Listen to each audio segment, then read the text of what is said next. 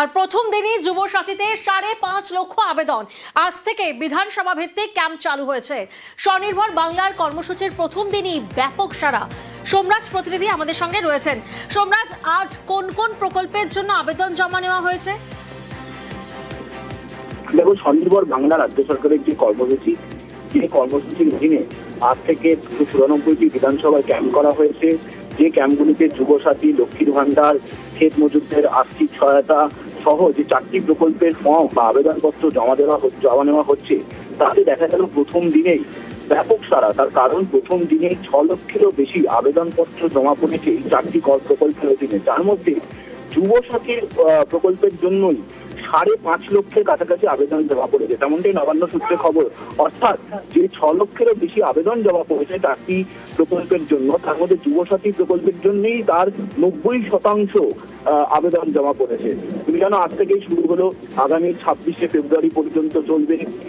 আজ থেকে যে ক্যাম্পগুলি শুরু হয়েছে 294 বিধানসভার জন্য, সেখানে দেখা যায় যে যুবসাথী প্রকল্পের জন্যই প্রায় 5.5 লক্ষ আবেদন জমা পড়েছে। বেশ। এসআইআর কি বিজেপির হাতিয়ার নাকি কাঁটা? পদ্ম শিবিরের এক সময় দাবি ছিল এসআইআর এ বাংলায় 1 কোটি নাম বাদ যাবে। নির্বাচন কমিশনের হিসেব কি বলছে? নাম বাদ যেতে চলেছে 64 লক্ষের কিছু বেশি। আর এই নিয়ে হাওয়া গরম।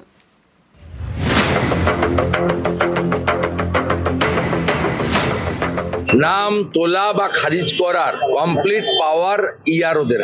যদি ভুয়া মানে সন্দেহজনক তাকে আপনি অ্যাকসেপ্ট করেন, সেক্ষেত্রে ইআরওদের বিরুদ্ধে আমরাও ফাইনাল ভোটার লিস্ট বেরোনোর পরে কোর্টে যেতে পারি। ইআরওরা যদি ভুয়া নাম রেখে দেয়, আমাদের কাছে যদি তথ্য থাকে, আমরা ডিইওর কাছে আপিল করতে পারবো, এবং ডিএম যদি আমাদের বক্তব্য না নেন, ভাইট করে, আমরা কিন্তু ফাইনালি সিওর কাছে আসতে পারবো। বিজেপি একটা মরিয়া চেষ্টা চালাচ্ছে নাম কাটাবার, কিন্তু এখনো পর্যন্ত সেটা 64 লাখে আছে, যেটা অন্য রাজ্যে ভোটার লিস্টে কারচুপির যে চক্রান্তটা সফল হয়েছিল, এই রাজ্যে সেটা হোঁচট খাচ্ছে। পশ্চিমবঙ্গে এসআইআর শুনানির ডেডলাইন ছিল শনিবার।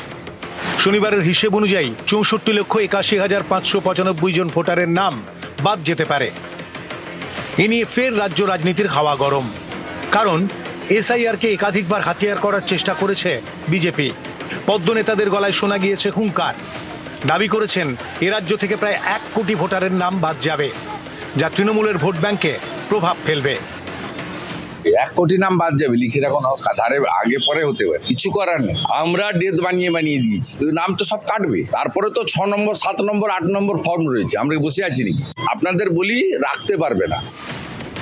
নির্বাচন কমিশনের হিসেব কিন্তু বলছে নাম বাদের সংখ্যাটা 1 কোটির থেকে অনেকটাই কম হতে পারে। এতে কি চাপে পদ্ম শিবির?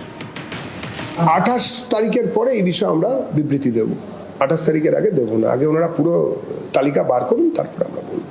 বিজেপি একটা মরিয়া চেষ্টা চালাচ্ছে নাম কাটাবার, কিন্তু এখনো পর্যন্ত সেটা 64 লাখে আছে। এই যে বিজেপি নেতারা বলেছেন 1 কোটি 2 কোটি বাদ দেবো, লাখ লাখ রোহিঙ্গা আছে বাদ দেবো, একজন রোহিঙ্গাকে ভোটার লিস্টে চিহ্নিত করতে পারেনি নির্বাচন কমিশন। যেভাবে মানুষকে ভয় দেখিয়েছে, হ্যারাস করেছে, মৃত্যুর মিছিল তৈরি করেছে, মানুষ তার জবাব দেবে। যেটা অন্য রাজ্যে ভোটার লিস্টে কারচুপির যে চক্রান্তটা সফল হয়েছিল, এই রাজ্যে সেটা হোঁচট খাচ্ছে। এসআইআর এর শুনানি শেষ, কত নাম বাদ যাবে